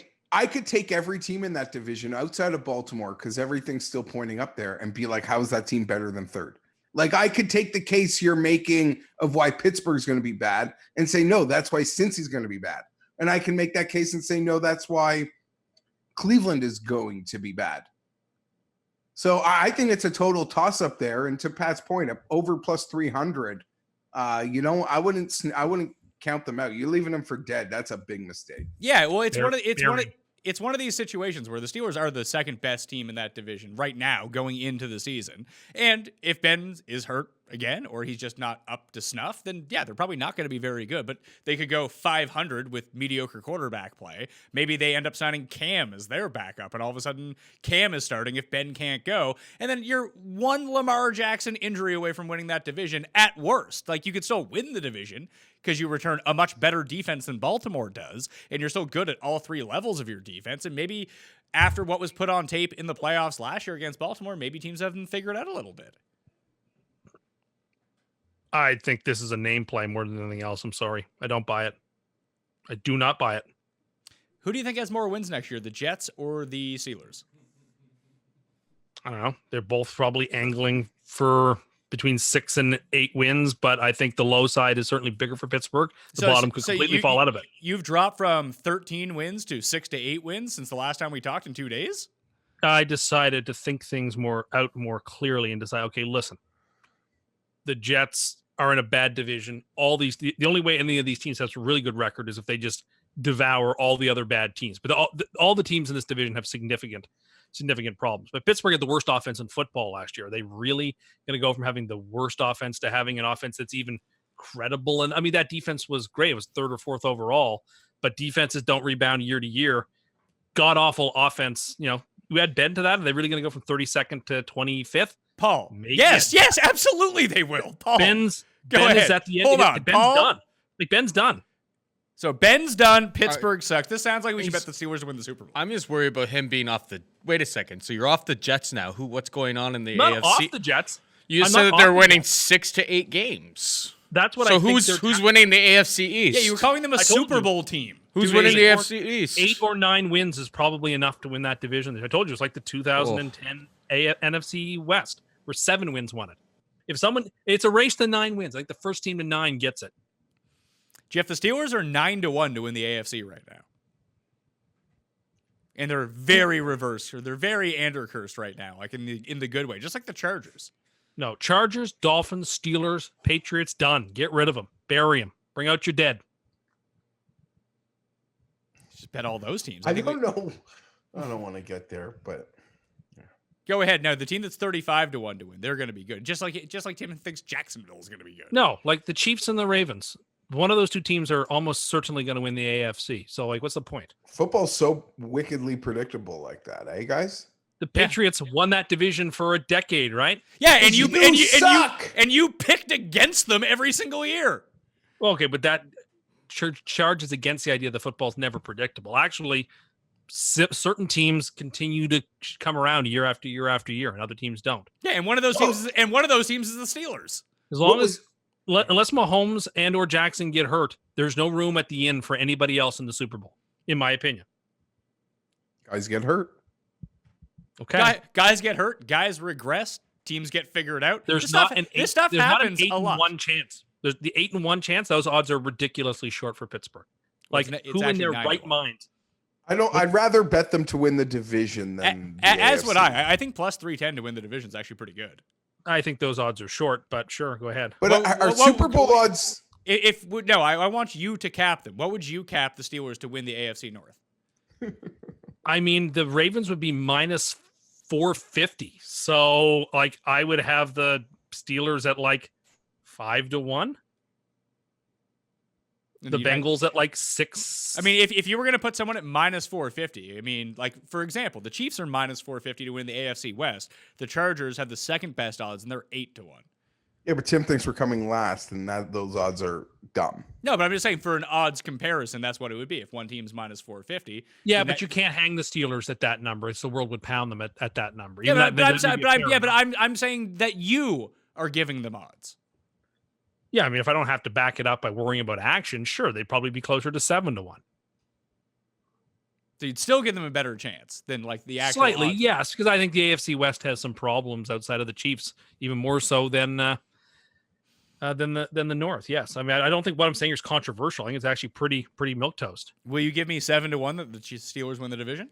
No, I just said I would give those odds if I didn't have to back them up with worrying about action. So then what would be your action odds then? I said closer to 5 to 1. All right, give me 5 to 1. No, not going to make any bets until I know how the season's going to be played. I'm sorry. You're so cowardly. It's about consistency. I mean, you've basically already lost our Arizona Detroit bet. I'm not so sure that's true. But Matthew Stafford proved himself to be Albert Einstein this weekend, so I'm feeling pretty good about that. The Lions drafted a fantastic defensive player too. So stop being a coward, Tim. I am not a coward. I'm just a man of consistency. I mean, didn't the Cardinals end up with your favorite defensive player? Yes. I mean, as much as the Chargers needed a quarterback, they really should have just taken Isaiah Simmons. But what are you going to do? I think Simmons is going to be a great player. I love him. I think the Cardinals got a steal with him. This could actually relate to both you guys. I know that the Jets just drafted their tackle of the future and the Chargers just traded for one, but looking what it took to get Trent Williams from the Redskins, don't you think that one of your guys' team should have done that? Yeah, apparently we weren't really in on that. Yeah, I assumed he would go closer to Tunsil's value rather than what he went for. I wouldn't have minded that. We'll see what the extension for Trent Williams turns out. It's going to be big. It has to be. Oh yeah, it's going to be huge. I'm curious how many teams in the league though currently need a left tackle, because I would like to sign Jason Peters to a 1-year cheap deal. He's still sitting there. Yeah, I mean, wouldn't you want any left tackle who could be one of the 5 best left tackles? Like, wouldn't that be a position you would want? That'd be like if Aaron Rodgers was a free agent right now. You're like, can't sign him. Yeah, we already have a quarterback because we have. Yeah, Tyrod no, I Taylor. don't know. It didn't seem like the Chargers were in on that. Even I watched Telesco do about an hour conference call yesterday, and he was asked, and he was like, "No, we weren't in on that." So. And his agent says that there's been false reporting that Trent and he objected to any particular trades. It seems kind of, it just seems like for all of the times that they didn't trade him and what was potentially on the table, it just seems kind of crazy. They went for a 3rd and a 5th. Yeah, well, and there's a new organization in charge there now, right? So I don't know. It's unfortunate they couldn't get more for him, or it's unfortunate Ron Rivera couldn't talk him into staying. But at some point, you're done with the team, and it doesn't matter. And if that's the best you can get, you gotta get rid of him. You can't bring him back. Unfortunately, they tried it last year. You can't bring him back. You're gonna have to send him on his way. So that's the best you can do. It's the best you can do. So where do we think that Cam ends up now? Because it's not like he's going to sit out the year. He's going to sign somewhere, whether he's a backup, whether he's a starter. It still blows my mind that Chicago's going into the year with Trubisky or Foles with Cam and with having the potential to have Cam or Jameis on your team for a year. That just strikes me as strange. It does. I still think Las Vegas is the likeliest landing spot for him, but They have 2 quarterbacks. They actually have 3 because they also just re-signed Nathan Peterman as well. Yeah, so I just think that makes a Who's lot the of sense. backup in San Francisco? CJ Guilty Beathard or Tim's guy, Nick Mullins. So I Yeah, think San great Nick Francisco Mullins. would be a fun little. Yeah, I agree. They love Mullins. Yeah, they do. Pittsburgh is obviously might be a betting favorite sort of thing. I wonder what the betting favorite actually is at this moment. I can find that. The Chargers would have been on that short list, but I think we'll consider that like completely out now. Yeah, that has to be gone. You don't want him around a rookie. I wouldn't hate Denver either, but I don't know whether that's going to work. I guess they lost Flacco. Who's the backup? I don't know who Simeon. that It's Simeon, right? No, Simeon I was the think- Jets backup last year. All right. for about 2 games till he got his clock cleaned. Yeah, Did he get hurt in the first game that he played in that Monday night game? second, I think. I thought it was the second. You could Oh, be come right. on. What pathetic quarterback did the Chargers lose? Oh, like Flacco. Yeah, they lost to Flacco. Andrew Luck. They lost to Denver twice. Yeah. Fun times. Denver last year. People Oh, forget Denver was really good last year and just really unlucky. yeah. Oh, well, Jeff Driscoll, my guy from DraftKings, like weeks 15 to 17. He's their new backup. They signed him. So that'd be a good spot for Cam. I don't know. Like, that's the thing. Like, there's no starting spots right now for him, but there's lots of places where if he wanted to, he could be a good backup. Per the odds, let's find NFL bets. Who's the backup in Arizona? I have No no idea. Rich Uncle Skelton, is he still around? I don't know. They had Is so many Drew random Stanton guys. dead? Yeah, Drew Stanton, is he still alive or is he like 90 years old? Like I'm thinking like Ryan Lindley, but that's like 7 years ago. It's actually Brett Hundley. Yeah, but he just got arrested for like choking his. Did he? Mind. I don't want to. I don't like know the full story, so I don't want to speak to something. Off-season player specials. Oh no, he's in trouble. As I don't want to speak to it, he gave his like wife or fiance his side chicks STDs. Oh. Oh my goodness. Yeah, sorry, I didn't mean to laugh, but I saw that. But story. that's not like illegal. He's not going to jail for that. no. Updated March 30th. Chargers were the big favorite, but that was pre-draft. I can't find any post-draft odds on where Cam Newton's going to sign. Past 24 hours. Jags are actually the new team. I could see. I mean, he could start right away there if they really. I mean, Minshew Walk is not going to put up the stiffest competition. People love Minshew Walk, though. They drafted a quarterback. None of that matters. These guys are all just practice. Like, unless you drafted a QB in the first 2 to 3 rounds, even the first 2 rounds, it doesn't matter. Paul, you just accused Paul of having a quarterback competition for a 5th or 6th round quarterback like I am 45 trying to- minutes ago. I am trying to stir up drama in Buffalo's locker room. Leave me be. How's that going? You know what? I think it's been more. Believe me, when I tweeted out as soon as he was drafted, bench Allen, start from the Buffalo Mafia did not like that. Say dirty things about Josh for me. My tweet was a burning table, and they were diving on through it. So that it hit home. Where sometimes you get the most flack when you're right over the target. So I felt good about that. That you were able to trigger the crazy people of Bill's Mafia? That was part of the reason I wanted to send that tweet out. I mean, they're the only competition I'm worried about in the division. So I have to get my lick. I'm not used to not having to attack the Patriots. I'm not used to not having them as the Goliath to try to slay. So I'm sort of finding my sea legs about how do I attack the Bills. So I really don't know how to do it. I'm as crazy as this sounds, Jeff, I'm kind of hoping the Patriots go like 15-1 this year. It would just be very funny to see just Tim melt down again. Yeah, I don't mind. Sure, whatever. That would, I guess, prove their greatness, and it wouldn't look. I mean, I guess it would take a notch away from Brady if they actually went 15-1 next year. The Jets will beat them in like week 16 when there's nothing left to play for. And Tim will be like, see, should have won. Should have been best team in football. Sam Darnold's so much better than Stitham. Well, that might not even be true. Next week when the schedule comes out, I want them week 1. I need a schedule, Pat. Like that's what's next. That's what I'm foaming at the mouth for. True. We get that next They- week or the week after. No, they said May 9th or By something. May 9th. They said by May 9th. You're So right. It could be before that. I'm a loser. Are they gonna bake contingencies into the NFL schedule? Not that we'll know of. They're just going to release a regular They- schedule.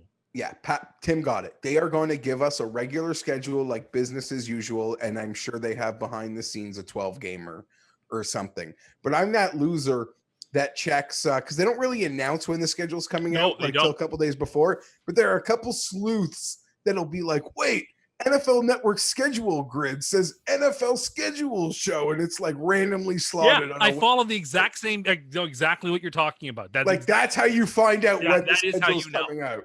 I need that schedule too. I need it. I want to know when I'm running my first pistol formation with Tyrod. I want to know the first time we can sort of assert our authority in the division. And we play the Dolphins next year, and I don't care. Both teams should have to start the rookies. That's part of the provision. Yeah. Well, It'll let's probably play be on It'll Monday. probably be a London game. No, we're not going to London. Yeah, do you think that they're gonna have any London games on the schedule? It's a 100%. 100% they will, and they won't play Ah. them in London. But 100% they're going to be on the schedule. Yeah, they're going to have these are our London games, like in a world in which things will be normal for October and November. Yeah, You're right. they're going to have those on there, no doubt. They'll announce a Mexico game too. Of course they will. They They're going to release a schedule as in all systems go. Well, I think that's you got any more NFL draft stuff? No, I miss it already. Yeah, I don't know what happens tomorrow. Oh my Schedule. Start hunting for the schedule. Yeah, like I can't wait to do a schedule show, guys. Tim's gonna. There are You're going to not be gonna so make- many markers laid down by Tim once we get that. Yeah, but scheduled. it's gonna be the most infuriating show, Pat, because he won't make a single bet because he's like, I'm not betting. I don't know where the games are happening.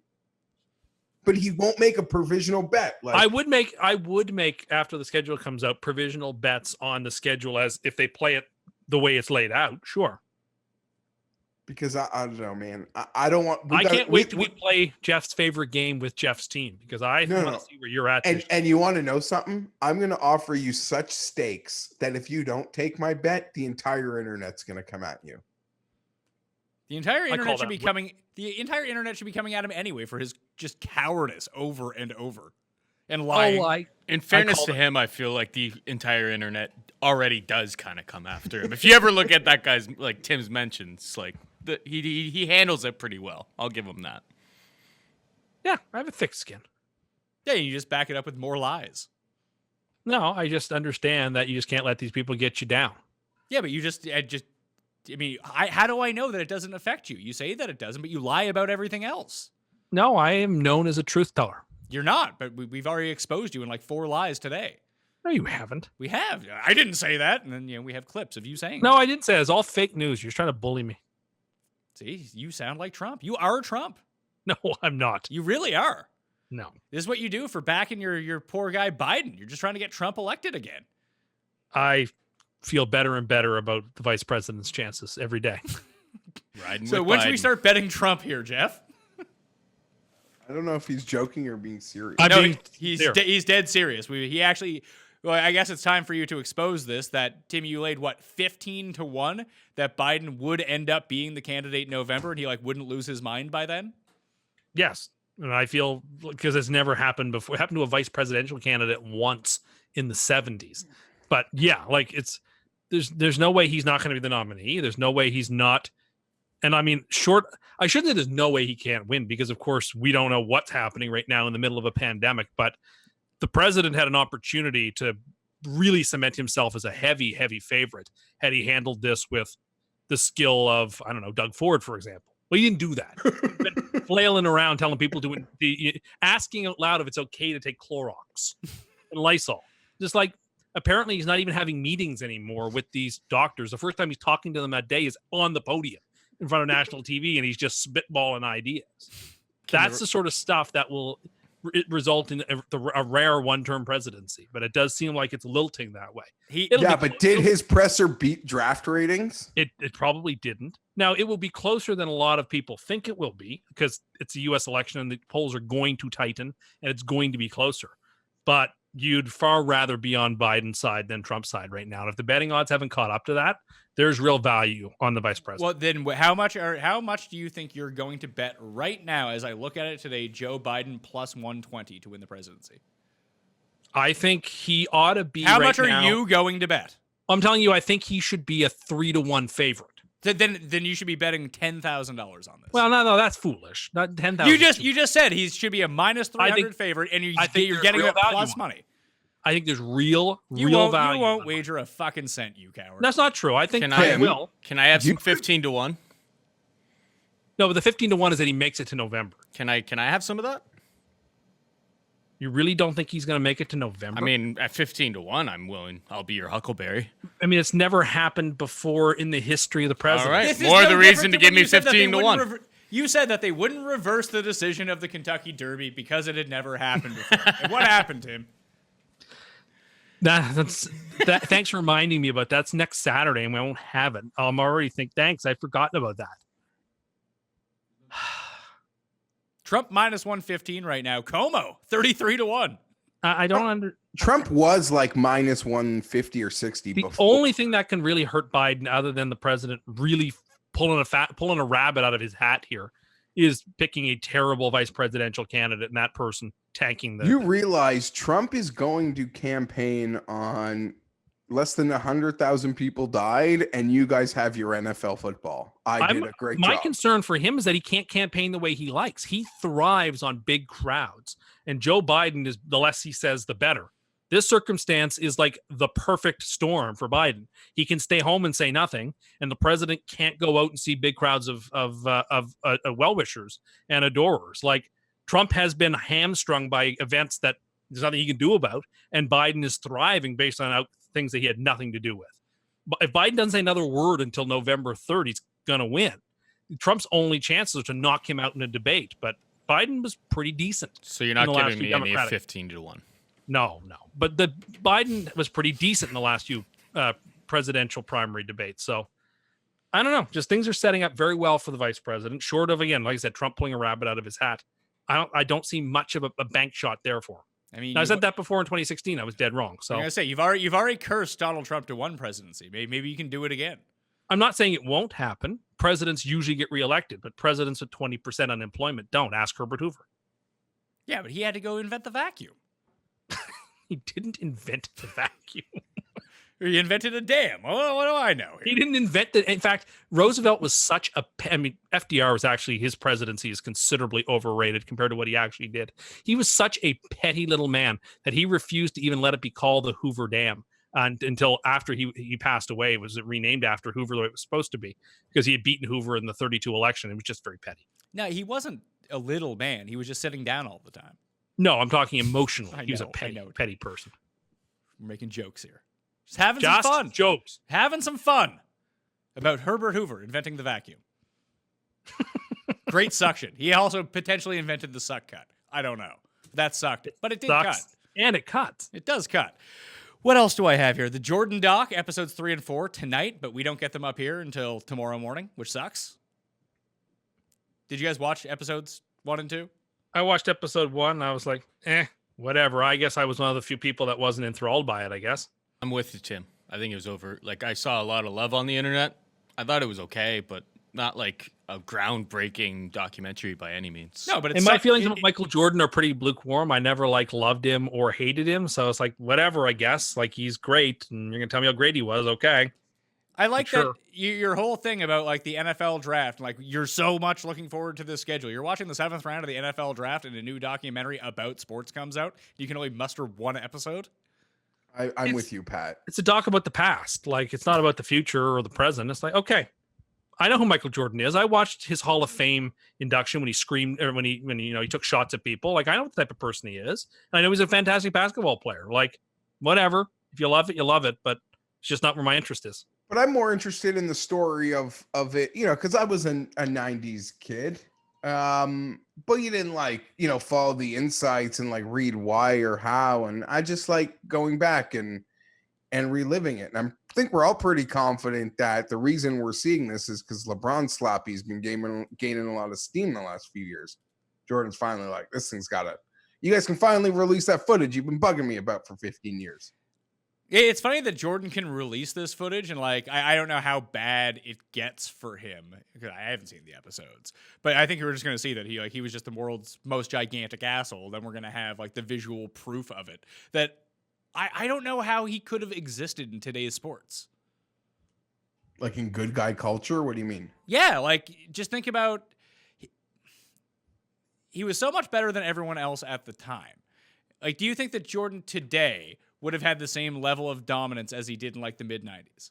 No, because everything is saturated. Like superstars aren't what they were just because like of social media. Like they're not guarded and like protected in a way. Like everything's out there. So nothing will ever be like it was. No, I don't even necessarily mean like that. I mean, like if you put Jordan in a league with when Kobe's at his height and you have LeBron and then you have like Kevin Durant and when Dwight Howard was awesome, like you put all those so it's guys, just such a watered down league when Jordan was in it. Is that what you're... No, but I guess what I'm asking is there like if you put Jordan against those guys in like 2014, whatever it might be, is Jordan so much better than everyone else like he was in 1998? Probably not, but I'm a sports fan and I'm okay with the myth of Michael Jordan. I don't even want to call it a myth. I mean, the guy was the best. So I don't mind the myth being like perpetuated. No, but then if you throw in everything else where you actually do get to see all this shit going on in people's lives, like I think he gets away with it even in hindsight being an asshole is because he was so much better than everyone else. If he didn't have that level of dominance, I don't think people would have put up with his shit. Okay, let me ask it. You could be right, but let's ask it this way. In the same way that we all sort of turned on the Patriots and turned on like the Golden State Warriors. Now, I was like a 13, 14-year-old boy, so I don't remember this, but like were people turning on those Bulls teams or were they not universally loved, unlike the Patriots per se? I mean, I wouldn't throw the Warriors in that. I still feel like people love the Warriors. I don't know. They did until last year. People began to turn hard against. Maybe like granted, we're here in Toronto, so like with different, but it felt like people once they got Kevin Durant, people turned on them. They like, became villainous. Yeah, you didn't like these aren't all drafted guys anymore. Like what the hell? I feel like you guys are way too much in a Twitter bubble on that. You know who people like? Steph Curry. I agree, but I won't. No. People turned on the Warriors a bit. They did. No, they did. Jeff's right about that. I don't know. Maybe I am in a Twitter bubble. I won't deny that. I don't think the Bulls had that type of pushback or much pushback at all. And to answer your question, I don't know. Honestly, I can't. I'm trying to think. Would he be that much more dominant? No, probably not. Only because he didn't go up against as good as Charles Barkley was, as good as John Stockton and Karl Malone were, as good as Isaiah Thomas was. Those guys aren't quite as good as Durant or LeBron or even Kevin or even James Harden for that. I thought you were going to say Kevin Martin. That would have been. I was going to say Kevin James. I was going to say Kevin. Yeah. You say Kenyon Martin or Kevin? Were you going to say Kevin James? No, Paul Blart. Yeah, the mall cop. Yeah, he's a great dribbler of the basketball. I don't know. Like Jordan would still be better than those guys, but he wouldn't be better than he is now. In the same way that like Bill Russell, I think, is the greatest basketball player ever, and he'd be the best player in any age. But would he be by far the best player in this age? No, he would just be slightly better than everybody else. And Jordan, I might get pushback for this from you guys or the public at large. I feel like I've said it before. You can't convince me for a second that Jerry Rice was better than Calvin Johnson. Like, that's impossible for me to fathom. I'm sorry. So maybe that's in the same regard of this conversation. I don't know. Well, the big thing that came up about this, like when they were talking about people that you could have the documentaries about, that like who could be like the other athlete who would garner this much attention. And I thought there was a really obvious answer, but I haven't heard anyone really say it. Isn't the answer Tiger? Yeah. No, the answer is Barry Bonds. That's Barry Bonds' story. Bonds' story is so much more interesting than Tiger's. His rise and fall in some ways is more dramatic because there was no re-rise. There was only fall. Yeah, but there's a completely different matter to this though, because no one liked Barry Bonds. And no one liked Tiger Woods. No, that's not true. Millions of people adore Tiger Woods. Yeah, Barry never but there's had that. but there's also millions of people who like Barry Bonds as well. Baseball fans. Not like golf. No, Tiger Woods was a phenomenon that like brought people into the sport who would have been in the sport. Okay, yes, and that's why Tiger's the answer to this question, because he was like Barry Bonds has never been in the same stratosphere in terms of celebrity and superstar as Tiger Woods. It's never been close. When he hit his home run record, that was as big as Tiger winning any tournament. No, it wasn't. That is just not true. That was a national story above and beyond. Yeah, you said it. You said that was a world story. No, it's not. That was not a world story. Back then, people still cared about home runs, and that was the biggest story. You think that the rest of the world cares about fucking baseball, and they don't. They care about a couple of things, and at that time, the home run record was the biggest story in the sporting world. People cared about the home run record when it was Sosa versus McGuire. When Bonds did it, because of the apathy towards Bonds, it wasn't as big. And Tiger is a worldwide story, and the same as Jordan. Jordan was an international superstar, like Tiger was an international superstar. Barry Bonds just wasn't. I just think the Barry Bonds story, there's a lot more intrigue and things to tell, and it would make for better storytelling than Tiger. That's my view. I disagree with that. But even just to kind of round it back is like, because Jordan was pre-internet, like you said, there was no pushback against those Bulls teams. But if there was internet back then, people would have pushed back against the Bulls teams.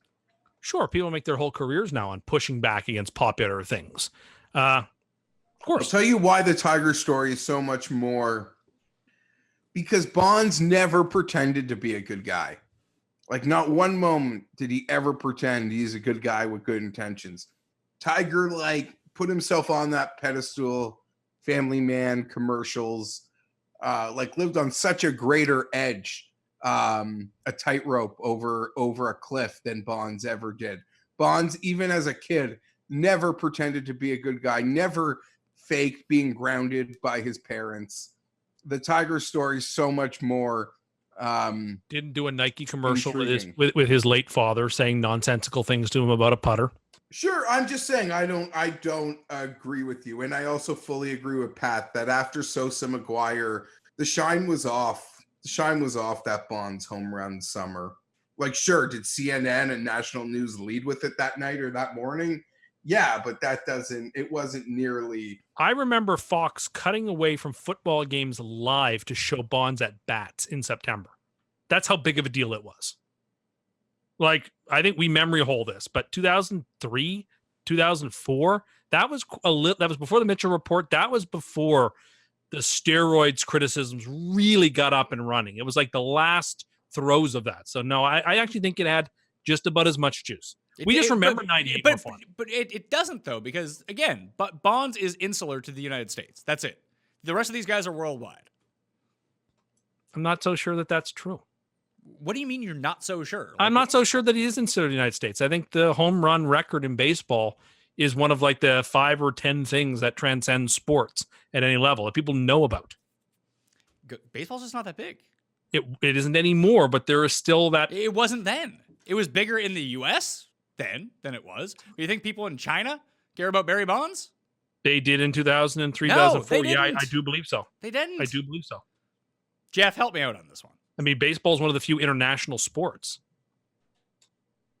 I'm with you. I don't know how to break it through, but without a doubt, Tiger would be the story to tell. Like would I love the Bond story? Of course, but if you're gonna make me pick one, it's not even close. Yeah, like if you wanted to actually do a story in the way this narrative kind of went, it'd be like if Griffey had the career of Barry Bonds, and then it turned out Griffey was a bad guy.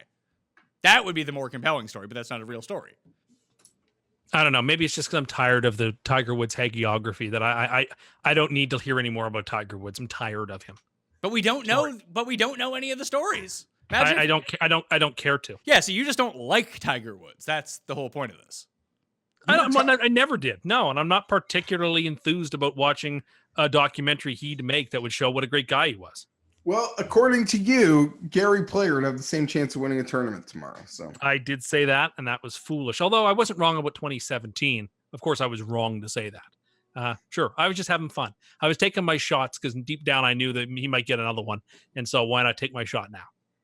Live for today. So you were lying. So you were lying again. No, I just thought I'm going to have a bit of fun and take a No, you were dead serious. Now I was having Now you're back. You're doing exactly what Trump did. Oh, I wasn't serious about that. I was just being sarcastic. No. You are Trump. It's crazy. I was just being sarcastic. I was just having a go at him. Because for many years, those of us who didn't like Tiger had to sit in silence while he kept winning and winning and winning. And so when the opportunity came for those of us who didn't particularly like him to take a couple of whacks at him, I'm sorry. This is why Jim Nantz says in the 2010 Masters, here's a win for the family. During Tiger Woods' big comeback. Like those who don't particularly like Tiger wanted to get their shots in when they had an opportunity. Well, Geoff, just to think about the Jordan thing and kind of tie it to Tiger. Think about what Tiger was able to get away with in the age like pre-social media and how he was able to act and no one really knew. Kind of like Jordan, that if Jordan was a public figure today, think about how Tiger's had to change his entire act in him coming back. Like he seems like a genuinely like remorseful and like nice guy all of a sudden. Good guy. Yeah. Even like before the big wins, it was like after rounds, you were seeing tweets of like a guy who played in Tiger's group on the weekend and his entire family taking pictures with Tiger. Like it was just this new guard down, friendly, interact with younger players, a guy that wanted to be U.S. team captain. So you obviously have to, befriend about 50 guys, or not befriend, but get a bit personal with a larger consortium of tour players that you would never previously interact with. And yeah, it's come off with flying colors. Oh, I agree. I think he has changed. I think he's actually changed.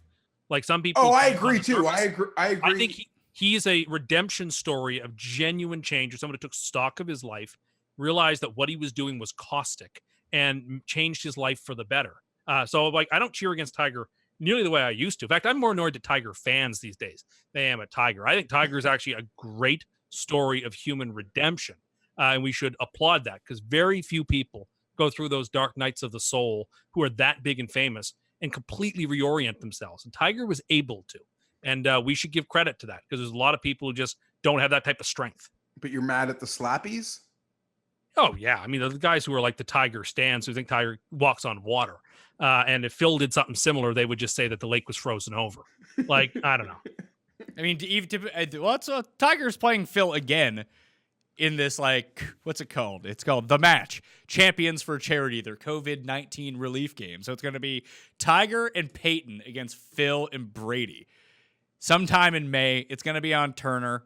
Do you have any idea what Brady and Manning's handicaps are? Are they scratch golfers? Yeah, apparently Manning's a 6'6" and Brady's like an 8. So pretty close. This is in the bag though, Pat. You got who's the competitive ones in those? I mean, you're betting Phil and Brady, that team, right? And they're the underdogs. They're plus 120. Yeah, like last time. It's a cash game. It's not for trophy. It's not for a trophy. Some like cash game. Tiger's gonna be like hitting giggling. Phil's there to. Oh my God, this is easy again. I'm sorry, it's easy. It's easy. And there's been a lot of like Instagram photos of Tom Brady grinding at the course already.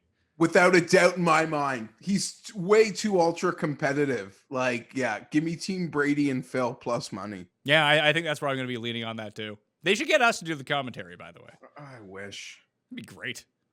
Like it's for COVID relief and raising money, but this is just so people can gamble on something. Sure. And, Brady and Phil are both California kids who grew up relatively comfortably and loved golf their whole lives and take it into, and they're super competitors. Like, they're a natural team. Okay. I just think that they're a perfect match. Like, I don't know how well the Manning and Woods is going to, I don't know whether they match, I don't feel like their personalities are all that similar. Like, I think this should be a walkaway. That I'm not going to lie to you, that may have been your most insane analysis of all time. Why? That you think that Brady, because you think that Phil and Brady are friends, they're a better team than Peyton. No, not Tiger? friends, but just they grew up in a similar part of the country. They have the same type of competitiveness. They take things seriously. They have a chip on their shoulders. I would say that Brady's competitive level mirrors Tiger's, not Phil's. No, Phil, they both play with a chip on their shoulders. I don't think Tiger plays with a chip on his shoulder. That's Tiger's entire thing. Not anymore. It's not. It used to be. It still is. Phil doesn't even care about winning anymore. Yeah, he does. He still cares about hitting bombs. Well, he does it at having Augusta National. It's the only course where it matters. And it's not the only course where it matters, That's you what idiot. That's what he said. His analysis showed that it's the only course where longer driving distance computed to lower scores. That was his claim. Now, if his science is wrong, fine. But you're not going to believe like actual numbers versus Phil the mathematician. That's where you're choosing to draw the line. Phil's got enough money to invest in these things. I feel like he knows what he's doing. Jeff, would you say that Augusta National is the only course on tour or in the world where driving distance matters? That is entirely false. Well, he said it's the only one that results in lower scores. That driving distance equals lower scores. I'm just telling you what his numbers said. I'm not taking a position on it. I'm just saying that. Do you actually think he has numbers? I definitely think he has numbers. Okay. You really don't think Phil Mickelson, the crazy competitor who wants an edge on everything, doesn't have enough money to hire guys to be doing quantitative analysis for him? I mean, if he did, and that's what it actually showed, then he should hire new people. Or they figured something out. Yeah, Phil's guys. The guy that Phil hired to tell him this, which he probably just anecdotally said. Yeah, my numbers tell me. That sounds. You want to talk about something that sounds like a sarcastic response? It's that, and you've taken it very seriously. The sarcastic response in that video is when he said that he's going to be playing with Kuchar, but we won't have any side action today.